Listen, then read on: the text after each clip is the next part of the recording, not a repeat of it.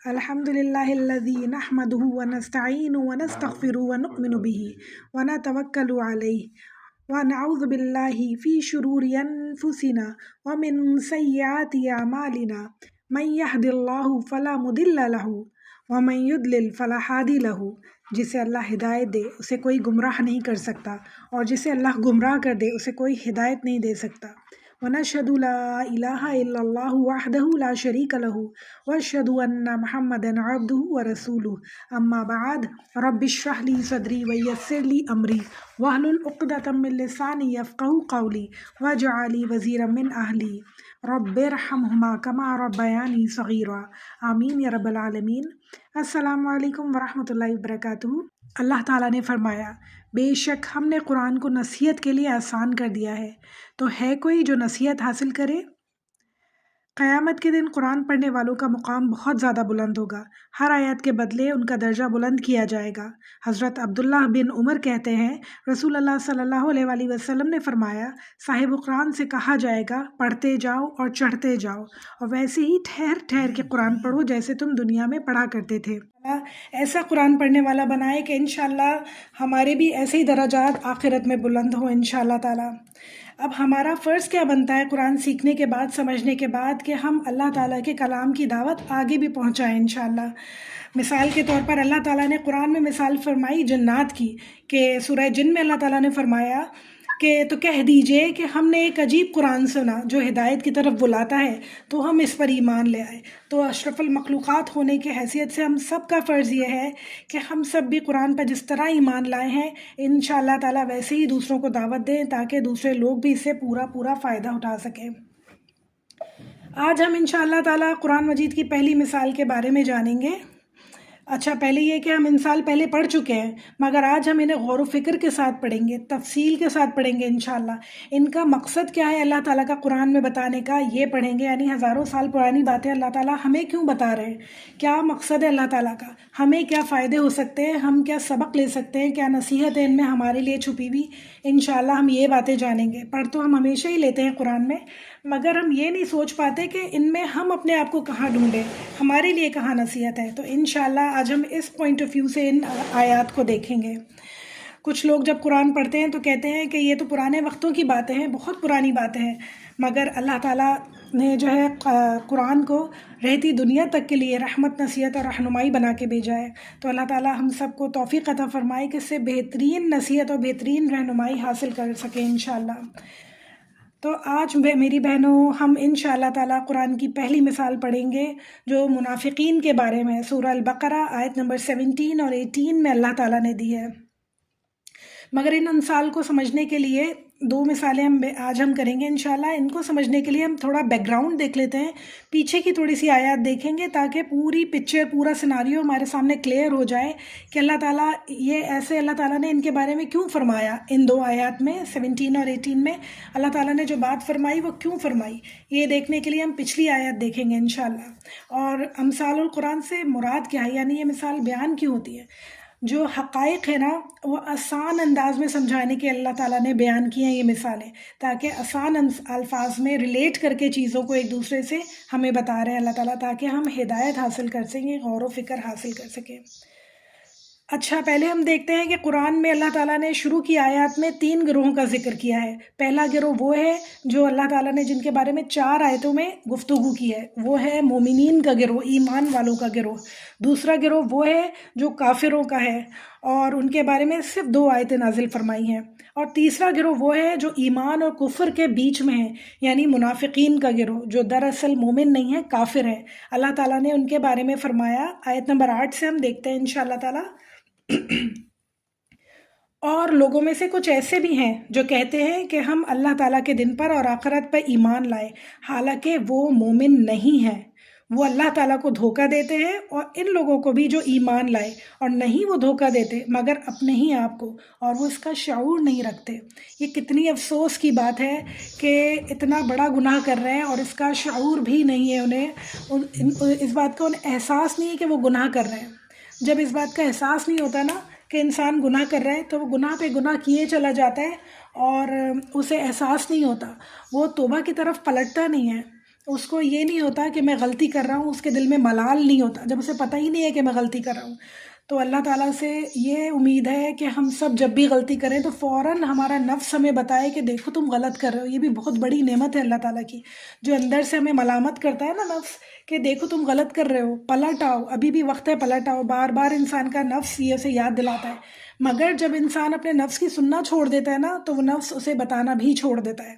اور یہی حال ان لوگوں کا ہے کہ انہیں پتہ ہی نہیں چلتا کہ ہم غلط کر رہے ہیں، اور وہ اس گمراہی میں پڑے رہتے ہیں یہاں تک کہ انہیں موت آ جاتی ہے۔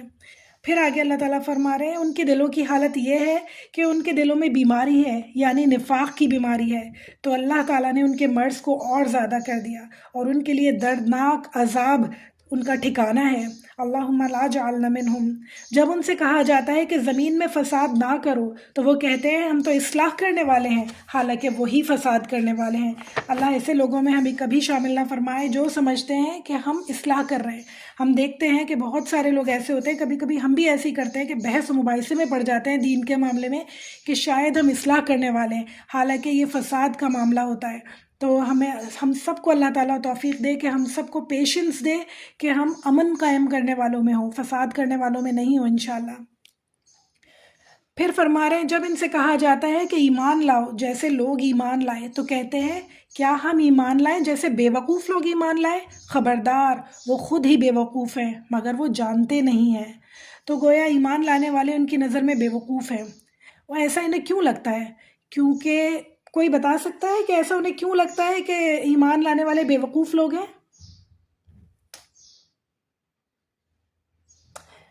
کوئی بتائے گا پلیز؟ انہوں نے اپنے نفس کو جو ہے وہ اللہ سے بے کر لیا، اور وہ سمجھتے ہیں کہ صحابہ کرام کو دیکھیں، وہ راتوں کو تہجد گزار ہوتے تھے، دن کے مجاہد ہوتے تھے، اور جو کماتے تھے انفاق فی سبیل اللہ کرتے تھے۔ تو ان کو یہ لگتا تھا کہ کیسے ان کے دین نے ان کو اتنا وہ کر دیا ہے کہ مطلب ان کو ہوتا تھا کہ کیسے بیوقوف لوگ ہیں جو راتوں کو جاگتے تہجد کے لیے اور دن کے مجاہد بنتے ہیں اور اللہ کی راہ میں خرچ کرتے ہیں، جبکہ اپنے آپ کو شوہا نفسی سے بچاتے ہیں۔ ان کی نظر میں ایمان والے بے وقوف ہوتے تھے، کیونکہ ایمان والے ترجیح دیتے تھے دین کو، آخرت کو، اور منافق جو ہے وہ ہمیشہ دنیا کو ترجیح دیتا ہے۔ بالکل تو اس صحیح لیے کہا وہ آپ نے، سمجھ بالکل صحیح کہا آپ نے۔ انہیں ایسا لگتا تھا کہ ایمان لانے کے بعد اللہ تعالیٰ کے رسول کی اطاعت کرنی پڑتی ہے، اپنا مال اللہ کی راہ میں خرچ کرنا پڑتا ہے، اور وراثت میں حصہ دینا لازمی ہو جاتا ہے، اپنے دل کی منمانی ختم ہو جاتی ہے اور اللہ کے احکامات شروع ہو جاتے ہیں۔ غلام اور آقا سب ایک ہی صف میں کھڑے ہونے لگتے ہیں، جو انہیں گوارا نہیں تھا۔ ان کی ایگو ان کو اس بات کی اجازت نہیں دیتی تھی، ان کی شح نفسی ان کو اس بات کی اجازت نہیں دیتی تھی، اور جو لوگ اپنا سب کچھ اللہ کی راہ میں قربان کرنے پر آمادہ ہو جاتے تھے، اپنا رتبہ اپنا قبیلہ چھوڑ کر خالی ہاتھ اللہ کے آگے کھڑے ہوتے تھے، اللہ کے رسول کے آگے کھڑے ہوتے تھے، تو یہ لوگ انہیں بے وقوف لگتے تھے کہ یہ کیسے لوگ ہیں، سب کچھ چھوڑ دیا، اتنی اچھی جائیداد، اتنا اچھا رتبہ، اتنا اچھی فیملی، سب کچھ چھوڑ کے خالی ہاتھ رسول اللہ کے آگے کھڑے ہوئے، اللہ کے آگے کھڑے ہوئے، کتنے بے وقوف لوگ ہیں یہ۔ تو اگر ہم دیکھیں تو آج کے زمانے میں بھی ہمیں ایسے لوگ نظر آتے ہیں، مختلف صورتوں میں مختلف جگہوں پہ ایسی باتیں کرتے ہوئے لوگ موجود ہیں، تو اللہ ایسے لوگوں میں ہمیں کبھی شامل نہ فرمائے۔ اللہ تعالیٰ ہمیں سمجھ دے کہ جو لوگ اللہ کے راستے پر چل رہے ہیں وہ سب سے بہترین لوگ ہیں اور سب سے نفع بخش تجارت کر رہے ہیں الحمدللہ۔ پھر اللہ تعالیٰ فرما رہے ہیں اور جب ان لوگوں سے ملتے ہیں تو کہتے ہیں کہ ہم ایمان لائے، اور جب اپنے شیطانوں کے پاس تنہا ہوتے ہیں تو کہتے ہیں کہ یقیناً ہم تمہارے ساتھ ہیں، ہم تو صرف مسلمانوں سے مذاق کیا کرتے ہیں۔ تو گویا یہ ہے ان کا وہ دھوکہ جو وہ اہل ایمان کو دیتے ہیں کہ ان کے سامنے ایمان والے بنتے ہیں اور غائبانہ طور پر ان کا مذاق اڑاتے ہیں۔ اللہ ان سے مذاق کرتا ہے، اللہ تعالیٰ فرما رہے ہیں اللہ ان سے مذاق کرتا ہے اور انہیں ان کی سرکشی میں مہلت دیے ہوئے اور وہ بھٹکتے پھرتے ہیں، یعنی انہیں یہ بات پتہ ہی نہیں ہے کہ ان کے ساتھ ہو کیا رہا ہے۔ وہ سمجھتے ہیں ہم بہت کول ہیں، مسلمانوں کے ساتھ مل کے ان کے بن جاتے ہیں، کافروں کے ساتھ، یہودیوں کے ساتھ، مشرکین کے ساتھ مل کے ان کے بن جاتے ہیں اور مسلمانوں کا مذاق اڑاتے ہیں ان کے ساتھ مل کے۔ تو اللہ تعالیٰ کہہ رہے ہیں کہ وہ سمجھتے ہیں کہ وہ بہت اچھا کر رہے ہیں اور جو ہے وہ مسلمانوں کو نقصان پہنچا رہے ہیں، اللہ کو نقصان پہنچا رہے ہیں، حالانکہ ایسا کچھ نہیں ہے۔ اللہ تعالیٰ ان کے ساتھ مذاق کر رہا ہے، اللہ تعالیٰ نے انہیں ڈھیل دی ہوئی ہے، ان کی سرکشی میں مہلت دی ہوئی ہے، کرتے جاؤ جتنا کرنا ہے، پھر آخر میں دیکھو تمہارا انجام کتنا برا ہونے والا ہے۔ جتنے بھی لوگ اس دنیا میں بھی اللہ کے دین کا مذاق اڑاتے ہیں، اللہ کے دین پر نہیں چلتے ہیں بلکہ اس میں رکاوٹیں بنتے ہیں، ان کا انجام آخر میں یہی ہونے والا ہے۔ تو اللہ تعالیٰ ہم سب کو دعا کرنی چاہیے ان کے لیے کہ اللہ تعالیٰ ان سب کو بھی ہدایت عطا فرمائے، ان سب کی زبانوں کو بھی اللہ تعالیٰ روک لے جو غلط بات کرتے ہیں اللہ کے دین کے لیے۔ پھر اللہ تعالیٰ فرما رہے ہیں یہی وہ لوگ ہیں جنہوں نے ہدایت کے بدلے گمراہی خریدی، تو نہ ہی ان کی تجارت انہیں فائدے میں دی اور نہ ہی وہ ہدایت پانے والے تھے۔ تو یہ پورا انٹروڈکشن دیا اللہ تعالیٰ نے پچھلی آیتوں میں منافقین کے بارے میں۔ یہ ہیں منافقین، یعنی مسلمانوں کے سب سے خطرناک دشمن۔ انسان کو جب پتہ ہوتا ہے نا کہ سامنے والا میرا دشمن ہے تو اس سے احتیاط کرتا ہے، مگر جب سامنے والا جو انسان ہے وہ دوست کے روپ میں دشمن نکل جائے تو وہ کتنا زیادہ نقصان کر سکتا ہے، کتنا زیادہ نقصان کر سکتا ہے۔ آپ کے دسترخوان پہ بیٹھنے والا انسان آپ کا دشمن ہو تو وہ کتنا زیادہ آپ کو نقصان کر سکتا ہے۔ یہ انسان کی سوچ ہے، ہم سب سمجھ سکتے ہیں یہ بات۔ ان منافقین کو اللہ تعالیٰ نے اتنی ڈیٹیل میں اس لیے ڈسکس کیا تاکہ سب لوگوں کے اوپر یہ ظاہر ہو جائیں، سب کو پتہ چل جائے کہ منافقین کون ہوتے ہیں اور کتنا نقصان پہنچانے والے لوگ ہوتے ہیں۔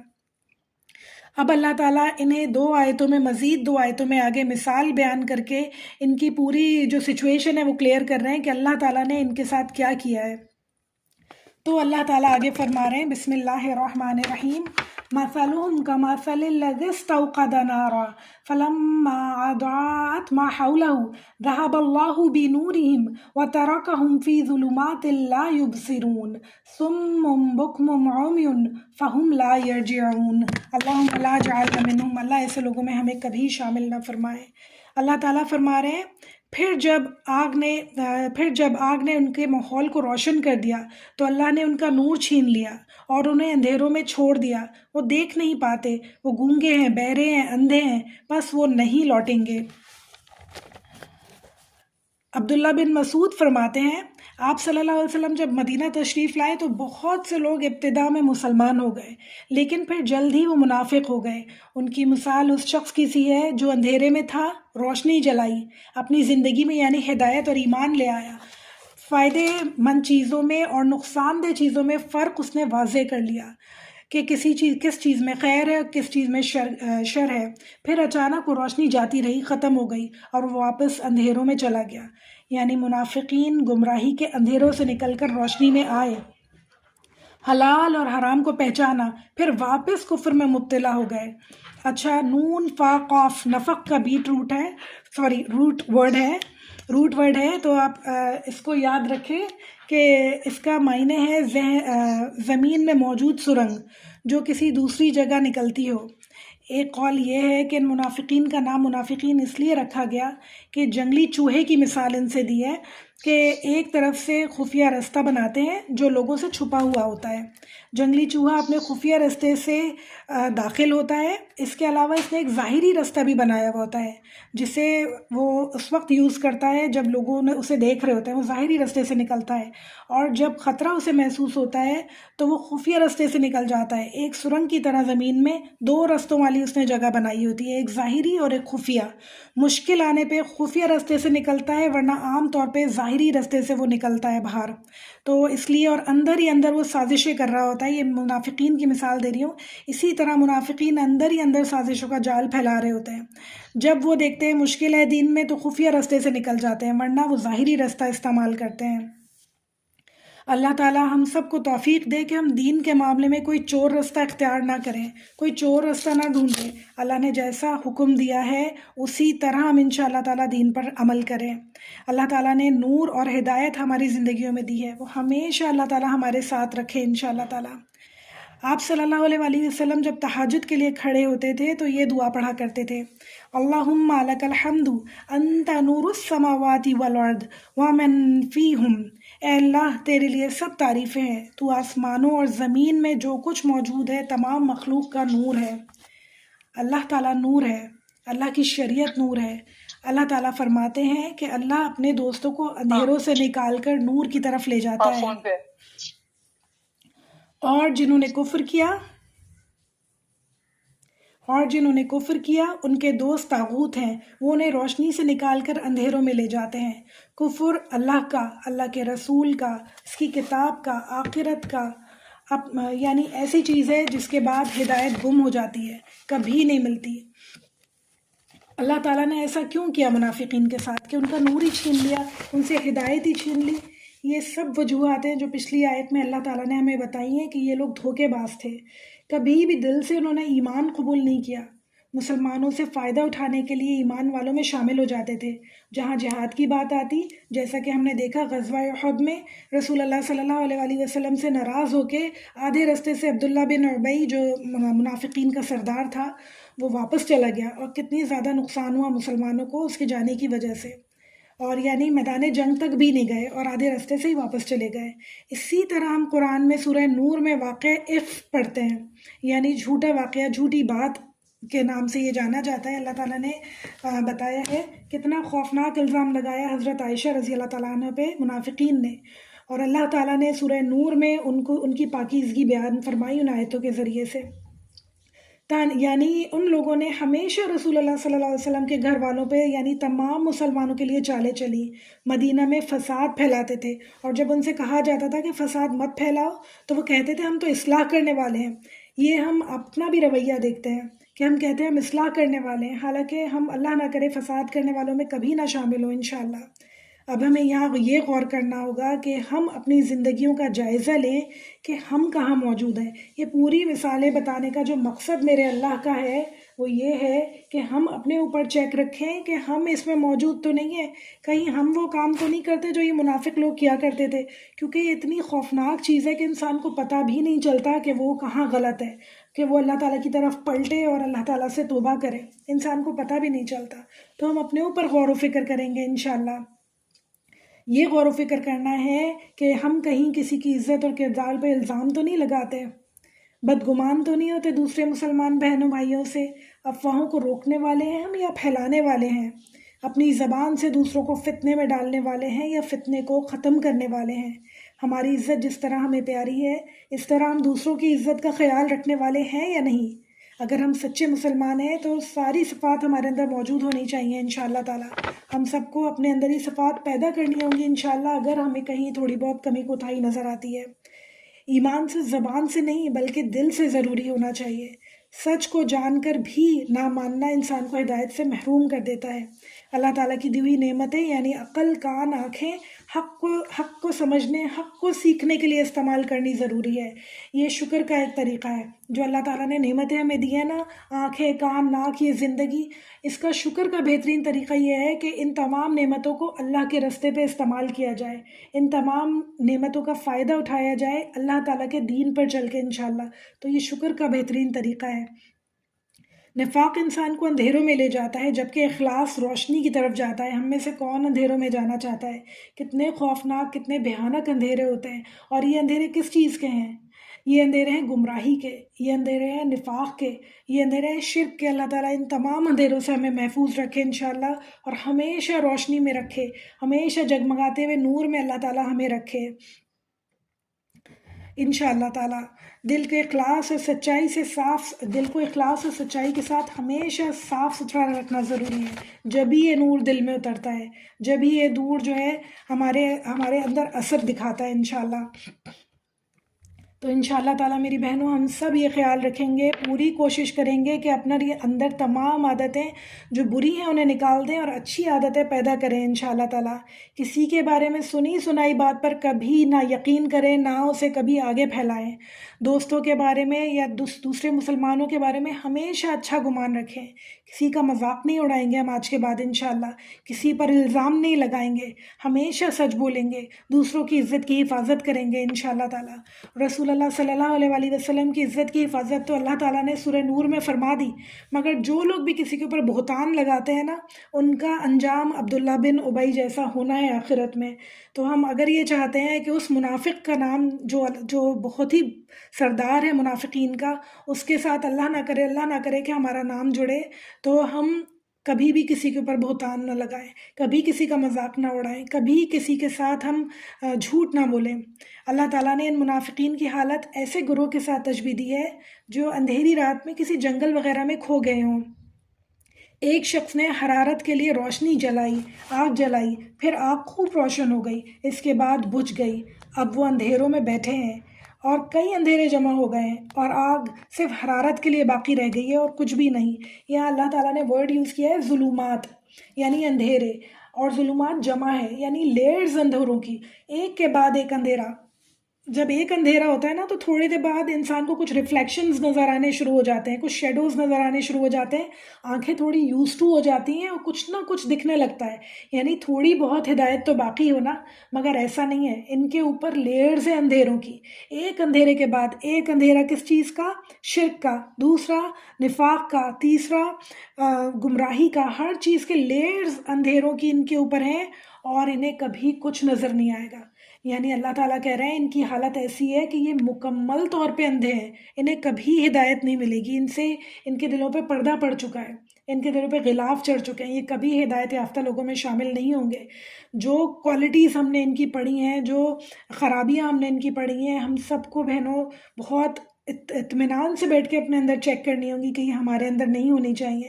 کیونکہ اتنا برا انجام اللہ تعالیٰ نے ان کا بتایا ہے، اتنے برے الفاظ میں نے اللہ تعالیٰ نے یاد کیا ہے کہ کفار سے بھی زیادہ بدترین ان کا مقام ہے. تو انشاءاللہ تعالیٰ ہم اپنے اندر سے یہ تمام برائیاں نکال دیں گے. سب سے بڑھ کر یہ کہ انہیں احساس بھی نہیں ہے، شعور بھی نہیں ہے کہ ہم برا کر رہے ہیں، ہم غلط کر رہے ہیں. اپنے آپ کو اصلاح کرنے والوں میں سمجھتے ہیں، اپنے آپ کو بہترین لوگوں میں سمجھتے ہیں، اور ان کے دلوں کا حال یہ ہو جاتا ہے کہ انہیں کوئی خوشی محسوس نہیں ہوتی، انہیں کوئی چین محسوس نہیں ہوتا. ہر وقت بے قرار رہتے ہیں، ہر وقت اس میں لگے رہتے ہیں کہ کہیں سے موقع ملے اور ہم کوئی برائی کریں، ہم کوئی کسی کو تکلیف پہنچائیں، ہم کسی کے لیے فساد کھڑا کریں. تو اللہ تعالیٰ ہم سب کو ان لوگوں میں شامل ہونے سے بچائے. اچھا، مفسرین کے نزدیک دو قسم کے منافق ہیں. ایک اعتقادی منافق، یہ وہ لوگ ہوتے ہیں جن کا اعتقاد کمزور ہوتا ہے، یعنی اللہ پر، اللہ کے دین پر انہیں اعتقاد نہیں ہوتا، اللہ تعالیٰ پہ کامل اعتقاد نہیں ہوتا. جب کوئی پریشانی انہیں آتی ہے تو پیر فقیروں کے پاس اور جادوگروں کے پاس بھٹکنے شروع ہو جاتے ہیں. رسول اللہ صلی اللہ علیہ وسلم کے احکامات سے انہیں نفرت ہوتی ہے، دین کی ذمہ داری وہ تو قبول نہیں کرتے بلکہ اس کو نقصان پہنچانے کی کوششیں کرتے ہیں. مسلمانوں کے غلبے پر ان کا دل رنج زدہ ہو جاتا ہے، اور کفار کو جب کامیابی ہوتی ہے تو وہ خوش ہو جاتے ہیں. شریعت کے فیصلوں کو دل سے کبھی قبول نہیں کرتے. آخرت میں کامل یقین نہیں ہے انہیں، اس بات کا یقین ہی نہیں ہے کہ ہمیں مرنے کے بعد اٹھایا جائے گا. ان کا انجام بہت ہی برا ہے. دنیا میں بھی ذلت اور رسوائی ہے، اور آخرت میں بھیانک انجام ان کا انتظار کر رہا ہے. ہمارے پیارے نبی صلی اللہ علیہ وسلم نے فرمایا، جس انسان کے اندر یہ 3 علامات ہیں تو وہ منافق ہے. یہ بہت ہی کامن علامات ہمارے پیارے نبی صلی اللہ علیہ وسلم نے بتائی ہیں، اس لیے کہ ہم جائزہ لے سکیں کہ اللہ نہ کرے یہ ہمارے اندر تو نہیں ہے.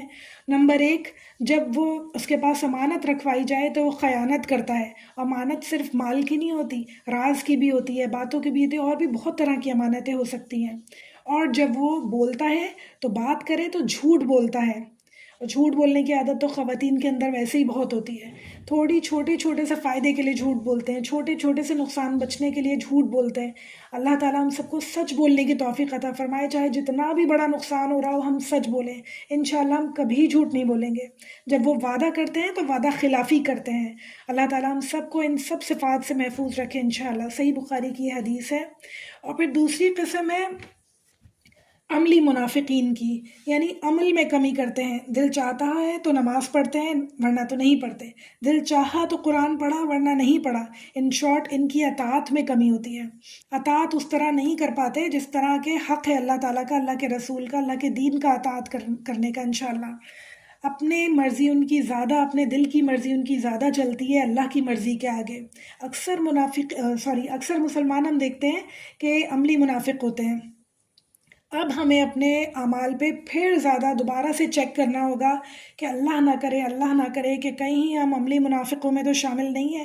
اگر اللہ نہ کرے کہ ہم میں سے کوئی بھی، مجھ سمیت کوئی بھی ہو سکتا ہے، کیونکہ یہ انسان کے عمل میں کمی ہو جاتی ہے، تو اس میں بہت زیادہ پریشانی کی بات نہیں ہے. بہت زیادہ دعا کرنے کی ضرورت ہے، بہت زیادہ استغفار کرنے کی ضرورت ہے، اللہ تعالیٰ کو یاد کرنے کی ضرورت ہے، اور رسول اللہ صلی اللہ علیہ وسلم نے جو دعائیں بتائی ہیں وہ کرنے کی ضرورت ہے. تو انشاءاللہ تعالیٰ ہمارا ایمان جو ہے وہ مضبوط سے مضبوط تر ہوتا چلا جائے گا. ہم دیکھیں گے ہمارے پیارے نبی صلی اللہ علیہ وسلم نے جو دعا بتائی ہے وہ میں بتانا چاہتی ہوں. بسم اللہ الرحمن الرحیم. اللہم طہر القلب من النفاق وعملی ومن الریاء. اے میرے اللہ میرے دل کو نفاق سے اور ریاکاری سے پاک کر دے۔ آمین ثم آمین۔ اللہ تعالیٰ ہم سب کو نفاق سے اور ریاکاری سے پاک کر دے انشاءاللہ۔ بہترین انسان، بہترین مسلمان بنائے انشاءاللہ۔ ایسا انسان بنائے جسے دیکھ کے انشاءاللہ دوسرے لوگ ایمان لے کے آئیں، دوسرے لوگوں کا ایمان تازہ ہو جائے انشاءاللہ۔ اللہ تعالیٰ ہم سب کو مثالی مسلمان بنائے انشاءاللہ تعالیٰ۔ دعا کر لیتے ہیں۔ اے میرے اللہ تیرا ہزاروں شکر ادا کرتے ہیں ہم سب لوگ میرے اللہ۔ پہلے میں تھوڑا سا عربی پڑھ لوں۔ بسم اللہ الرحمن الرحیم۔ رب ارحمہما کما ربیانی صغیرا ربی انی ظلمت نفسی فاغفر لی ربی اغفر لی وارحم وانت خیر الراحمین ربنا اتمم لنا نورنا واغفر لنا انت علی کل شیء قدیر۔ آمین۔ یا اللہ ہم تیرے ہزاروں شکر کرتے ہیں کہ تو نے ہمیں اتنا اچھا سوچنے سمجھنے کے لائق دماغ عطا فرمایا، آنکھیں عطا فرمائی، کان عطا فرمائے، تمام نعمتیں عطا فرمائی میرے اللہ۔ ان تمام نعمتوں کو اللہ تعالیٰ ہم آپ کے راستے پہ وقف کر کے اللہ تعالیٰ شکر ادا کرنا چاہتے ہیں۔ ہمیں توفیق عطا فرمائیے کہ تمام نعمتیں اللہ تعالیٰ ہم آپ کے راستے میں لگا دیں انشاءاللہ تعالیٰ۔ اللہ تعالیٰ اس دنیا کے جھنجھٹوں سے نکال کے ہمیں آخرت کی فکر کرنے والا بنا دیجئے۔ ہمارے دل سے تمام نفاق کی برائیوں کو، بیماریوں کو دور کر دیجئے اللہ تعالیٰ۔ ہماری زندگی بامقصد بنا دیجئے انشاءاللہ تعالیٰ۔ ہماری زندگی بامقصد بنا دیجئے۔ ہم جب صبح اٹھیں انشاءاللہ تو ہماری زندگی کا مقصد ہو، یہ نہیں ہے کہ صرف گھر کے کام کی اور زندگی ختم ہو گئی۔ اللہ تعالیٰ آپ نے جو ہمیں کام دیا ہے دین کی سرفرازی کا، وہ ہم سے لے لیجئے میرے اللہ۔ دین کی سربلندی کا کام ہم سے لے لیجئے میرے اللہ۔ ہم سب سے دین کا کام لے لیجئے میرے اللہ۔ ہم سب کو مجاہدین میں شامل فرمائیے، جد و جہد کرنے والوں میں شامل فرمائیے آپ کے دین کی خاطر میرے اللہ۔ جو لوگ آپ کے دین کی خاطر کام کرتے ہیں، اپنے کمفرٹ زون سے نکل کے کام کرتے ہیں، اللہ تعالیٰ ان میں شامل فرما دیجئے ہم سب کو میرے اللہ۔ ہم سب سے راضی ہو جائیے اللہ تعالیٰ، ہم سب سے راضی ہو جائیے۔ ہم سب بہن بھائیوں کو غفلت کے اندھیروں سے نکال کے نور کی طرف لے جائیے میرے اللہ۔ ہم سب کے دل نور سے روشن کر دیجئے، ہم سب کی زندگیاں ہدایت سے روشن کر دیجئے، رحمتیں برکتیں ہمارے دلوں میں بھر دیجئے میرے اللہ۔ دوسروں کی عزت کو ہم اپنی عزت سمجھیں، ہماری زبان نرم اور مٹھاس بھری کر دیجئے میرے اللہ، ہمارے دل نرم کر دیجئے میرے اللہ، ہماری زبانیں نرم کر دیجئے۔ ہم جب وعدہ کریں تو انشاءاللہ ہمیشہ پورا کریں۔ ہم جب کوئی راز کسی کا سنیں تو ہمیشہ اسے راز رکھیں انشاءاللہ تعالیٰ۔ اللہ تعالیٰ ہمارے پاس کوئی امانت رکھوائی جائے تو ہم ہمیشہ اس کی پاسداری کریں اس امانت کی میرے اللہ۔ کبھی اپنے منہ سے جھوٹ نہ نکالے، جھوٹ کی بلا کو ہم سے بہت دور کر دیجئے میرے اللہ۔ ہمیں سچ کا ساتھی بنا دیجئے، ہم سب کو سچ کا ساتھی بنا دیجئے۔ ریاکاری، دکھاوا ہمارے اندر سے نکال دیجئے میرے اللہ۔ صرف خالص اپنی رضا کی خاطر، اپنی رضا کی خاطر نیک کام کرنے کی توفیق عطا فرمائیے اللہ تعالیٰ۔ بہترین لوگوں کی صفات ہم میں شامل فرمائیے، اور منافقوں کی جو صفات ہیں ان سے ہم سب کو بچا لیجئے۔ ہمارے بچوں کو، ہماری آنے والی نسلوں کو بچا لیجئے میرے اللہ۔ ہماری آنے والی نسلوں کو اللہ تعالیٰ ہدایت عطا فرمائیے، متقیوں کے امام ان میں پیدا فرمائیے اللہ تعالیٰ۔ ہمارے بچوں میں متقیوں کے امام پیدا فرمائیے میرے اللہ۔ سب کو ہدایت عطا فرمائیے، اور اللہ تعالیٰ انشاءاللہ تعالیٰ ہم سب کے ایمان مضبوط کر دیجئے اللہ تعالیٰ۔ ہم سب کے ایمان ایسے مضبوط کر دیجئے کہ کبھی بھی نہ ڈگمگائیں، ہم کبھی بھی کفر و شرک کے اندھیروں میں نہ جائیں میرے اللہ تعالیٰ۔ ایمان لانے کے بعد واپس شرک کی طرف، کفر کی طرف کبھی نہ پلٹیں، کبھی اللہ تعالیٰ اپنے آپ کو مصیبتوں میں نہ ڈالیں، کبھی اندھیروں میں نہ ڈالیں اللہ تعالیٰ۔ ہمیں ہدایت دیجئے، ہمیں اللہ تعالیٰ توفیق دیجئے کہ ہم بہترین انسان، بہترین مسلمان بنیں انشاءاللہ تعالیٰ۔ ہم سب سے دین کا کام لے لیجئے انشاءاللہ تعالیٰ۔ اللہ تعالیٰ آج جو ہم نے مثالیں پڑھی، اللہ تعالیٰ ہمیں ان سے سبق حاصل کرنے کی توفیق عطا فرمائیے انشاءاللہ۔ ربی اعنی علی ذکرک و شکرک و حسن عباداتک ربنا تقبل منا انک انت السمیع العلیم وتوب علینا انک انت التواب الرحیم۔ صلی اللہ تعالی علی خیر خلقہ و ازواجہ و ذریتہ اجمعین برحمتک یا ارحم الراحمین۔